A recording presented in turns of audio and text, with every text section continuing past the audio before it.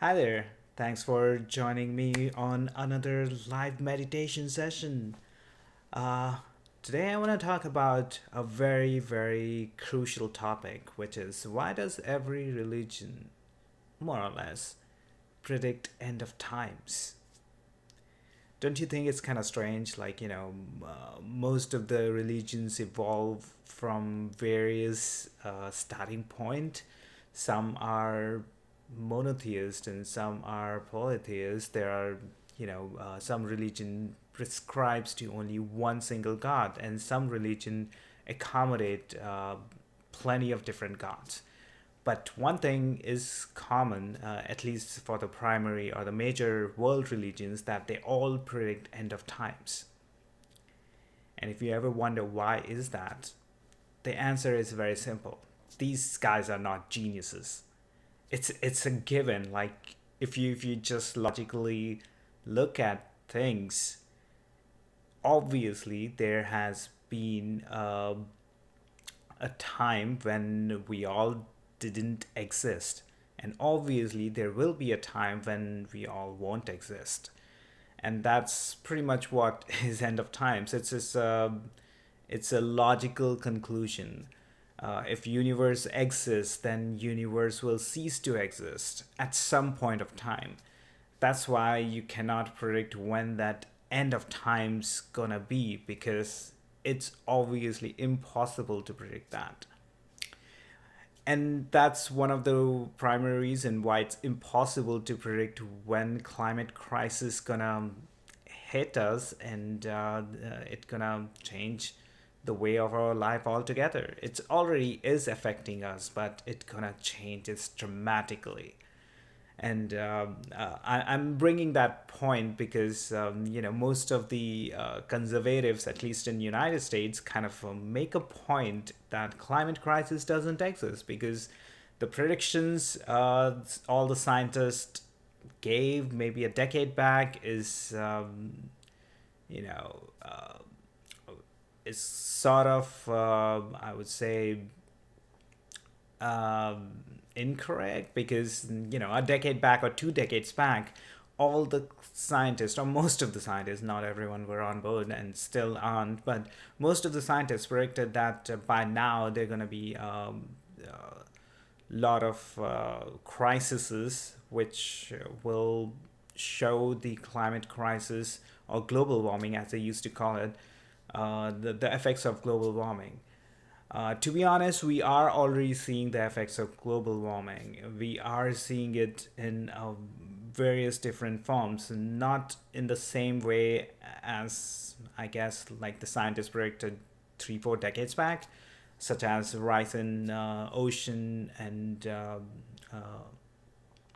and and kind of sort of absorbing bunch of coastal cities. It haven't happened yet, to the extent that the coastal cities still exist, but there are coastal cities which are already seeing heavy floods of water. For an example, Miami. Miami is seeing so many floods of water every year that they have to keep spending more money to sort of like rebuild the roads, or to mitigate the flood water. So scientists were right. It's just about timeline, and more or less when in today's time, when most of the scientists predict that in next 12 not hours, 12 years, uh, 12 years is a crucial window in which we have to take drastic actions. Otherwise, after 12 years, we might see more dramatically increase in national calamities, and we might at some point go to a point of no return. And um, uh, and we don't know for sure that if that's going to happen after 12 years or after 24 years, but at some point it will, like how all the religions predicted that at some point they're going to be end of times. Likewise, it's a guarantee that at some point the climate crisis gonna create such a critical shift in the way we live our life altogether. And that may happen sooner, like in next 15 years or 20 years, or later, maybe like in next 100 years. We don't know that for sure, and that's the most important part, because the actions which we take today gonna be not only impacting to mitigate the climate crisis, but maybe even save the future civilizations altogether. And and it's yeah, I'll stop there. But one other thing which I observed, which a lot of people are starting to realize, is that a shift in season, and at least the people who are aware of what's going on and pay attention to day to day seasonal shift, you yourself can observe that the summer, the winter, the fall, the spring, all seasons have shifted by a few months, or in some sense, all seasons are just acting wacky. I mean, there is no predictable pattern, so to speak. Like, one day you're just ready for to embrace fall, and the next day you are hit with a cold wave of storm, or some sort of cold wave, and it pushes the temperature sub-zero. And the similar thing happened in India. I was in India for past few weeks, and I noticed that everyone saying that there was a shift in season, especially the monsoon season, where there's like heavy rainfall across the entire Indian subcontinent, and people realize that there has been a shift of few months uh, in the monsoon season. So instead of starting in, say, early June or so, it started maybe in September, August or September. But it the heavy rainfall was lasted all the way till October, which is pretty unusual. So the point I'm making is that climate crisis gonna throw all the predictions uh, out of hat, and it will be very very difficult to predict seasonal patterns. It will be more difficult to grow different crops because of unpredictable seasonal patterns, and that will lead to more crisis, within people, uh, within especially within the countries where there are large percentage of people, or super dense populated countries with very limited resources. It's gonna be a chaos. And and as Littlefinger from Game of Thrones says, chaos is a ladder. And I kind of resonate on that. Chaos is a ladder, but at the same time, I'm not saying it from a selfish standpoint. But what I mean by that is that when there's gonna be chaos, people who planned ahead will be advantageous. And that's one of the reason why I feel that everyone who are aware of climate crisis should plan ahead. And that mean planning financially, planning physically, planning resourcefully, like whatever that means, and uh, just being aware of how things may play out. But coming back to the primary topic, the title which I put up, why religions predict that they're going to be end of times. So one of the reason why they predict that is because universe came into existence at some point, so it will cease to exist at some point. So they're going to be a doomsday, or end of times at some point. The other reason could be because they know how humans act. I mean, based on the past history, people tend to fight for resources, people tend to fight for their egos, people tend to fight for hell, for even, you know, I don't know, just for food, just for anything. People tend to fight even for a simplistic conflict. So it's very likely that at some point, when they're going to be lack of resources and they're going to be lack of understanding and patience among people, uh, most of the people will go crazy and and might start some big fight. Who knows?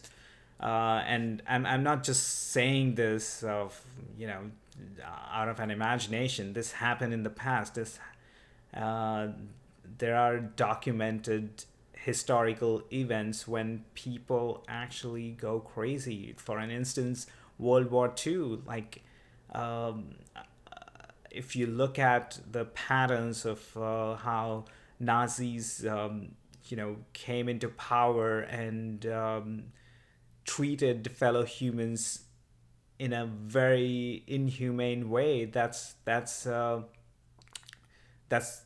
kind of that says a lot. When people get into a mindset of me versus them or us versus them, they tend to cross the lines and tend to treat other fellow humans inhumanely, to the extent that gas each other or treat each other's like slaves. So nothing is off table, trust me.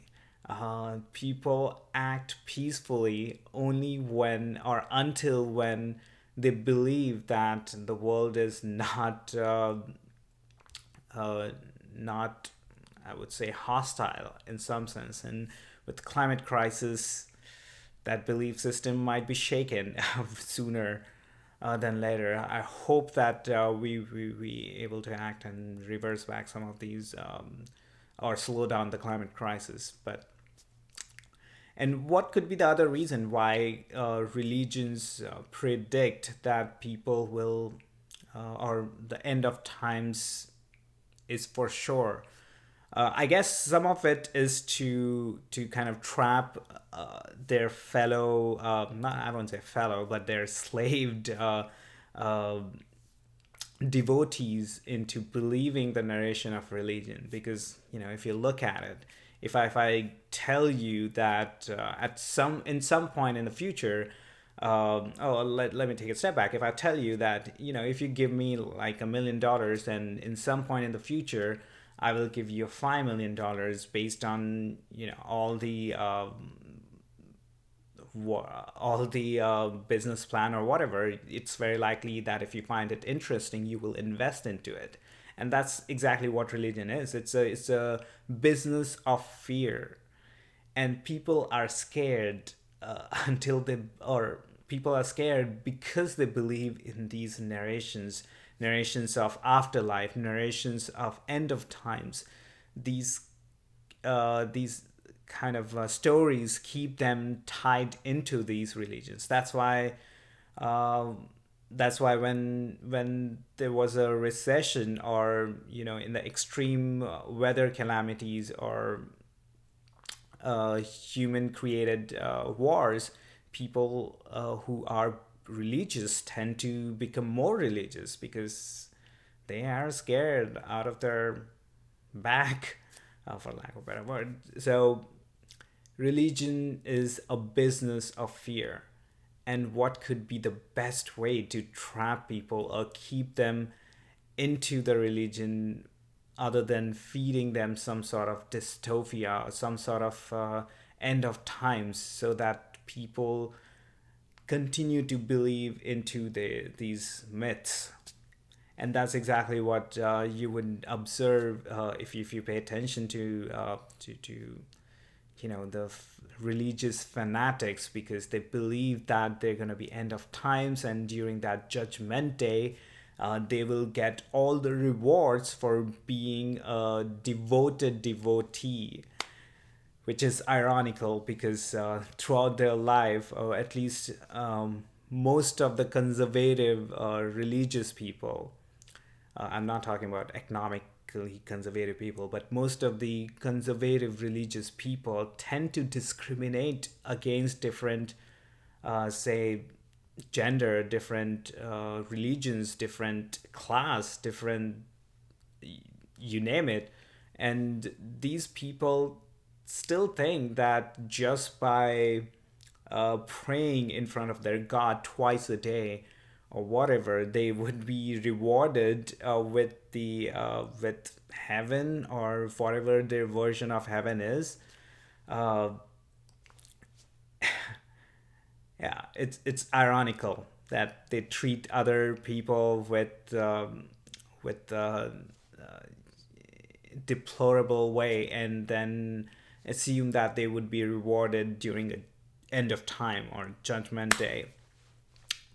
So yeah, I guess these are some of the reasons which I can think of why pretty much all the major religions predict that they're going to be end of time, because logically speaking, yeah, their universes exist started existing at some point, so it will cease to exist.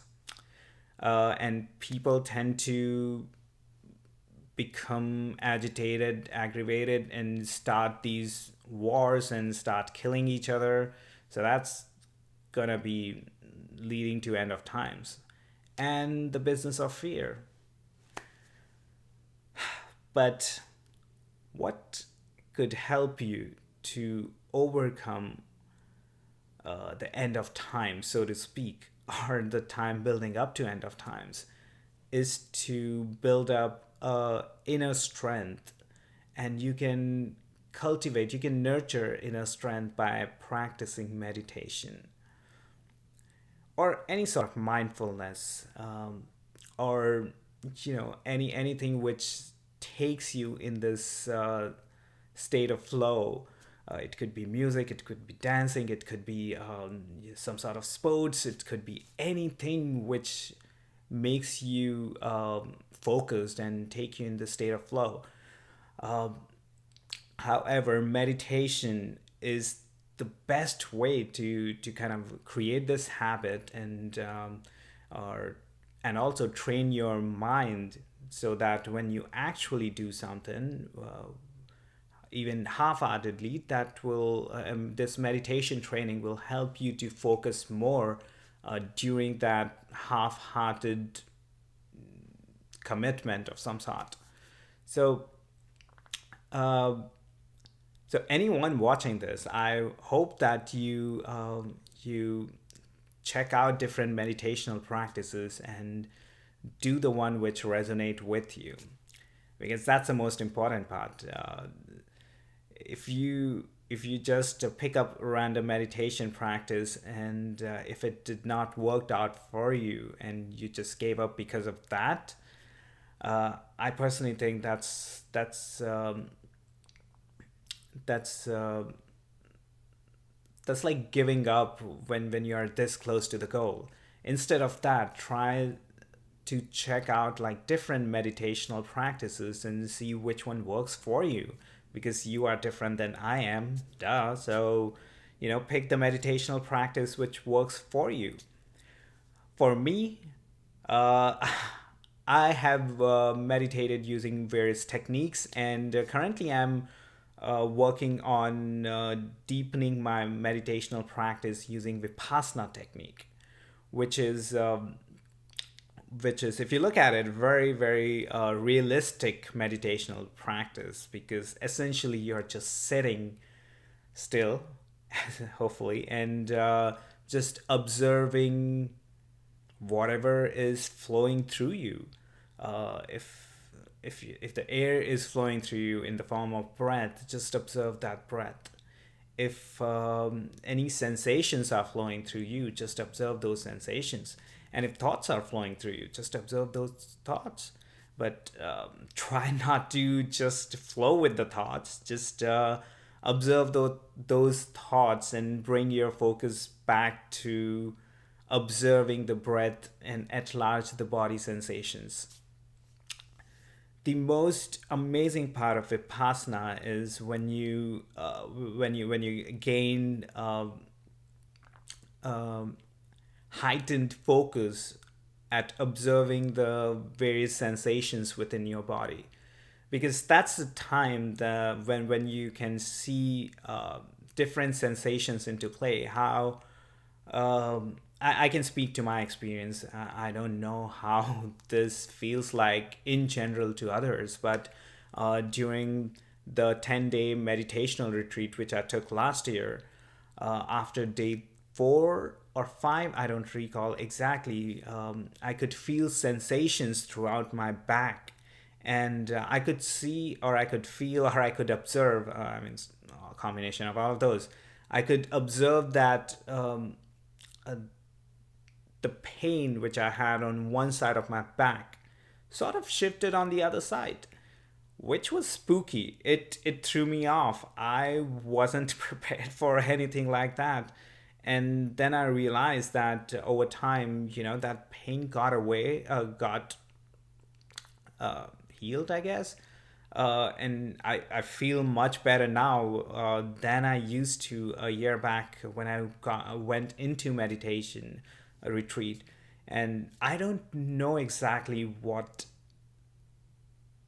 that was, but there are a lot of hypotheses around this.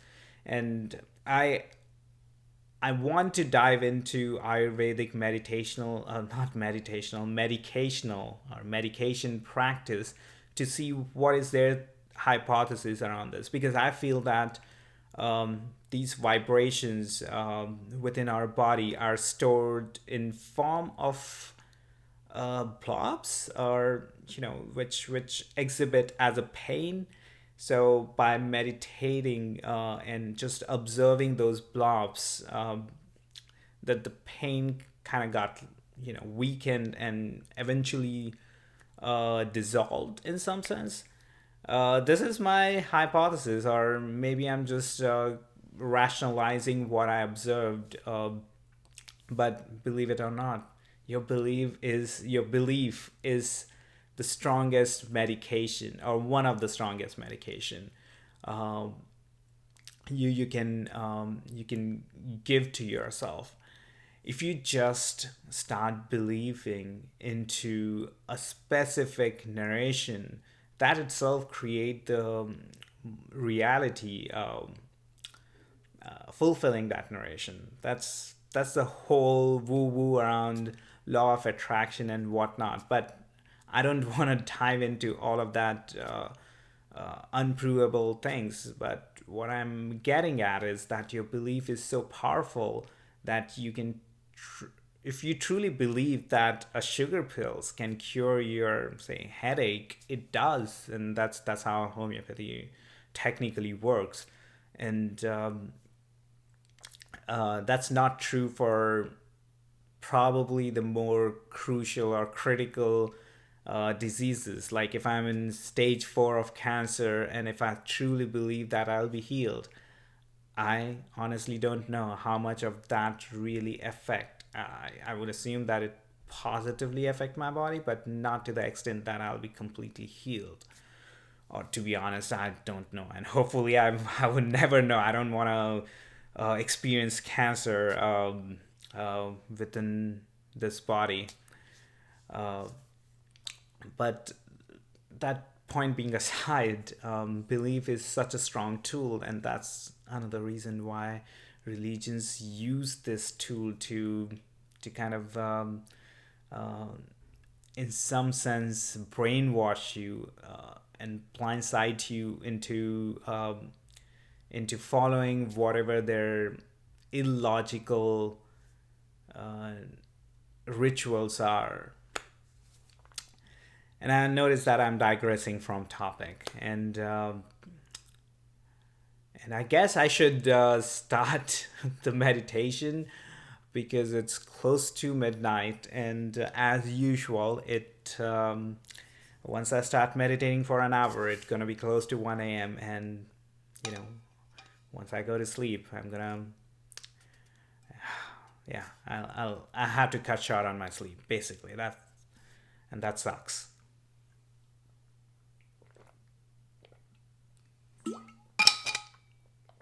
All right.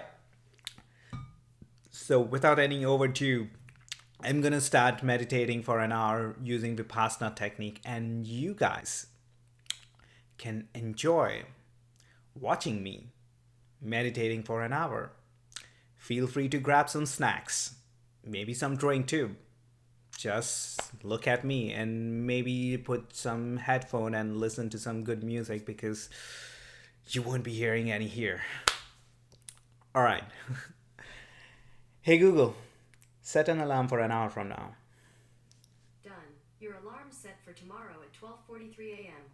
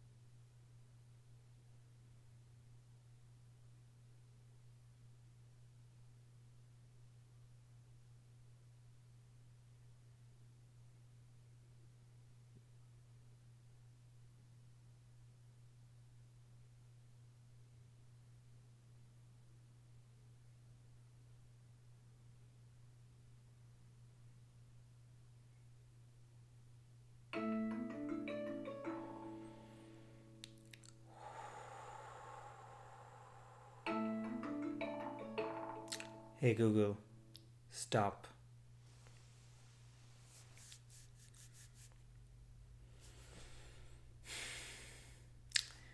Thanks for joining me for this hour long meditation session. And until next time, stay peaceful.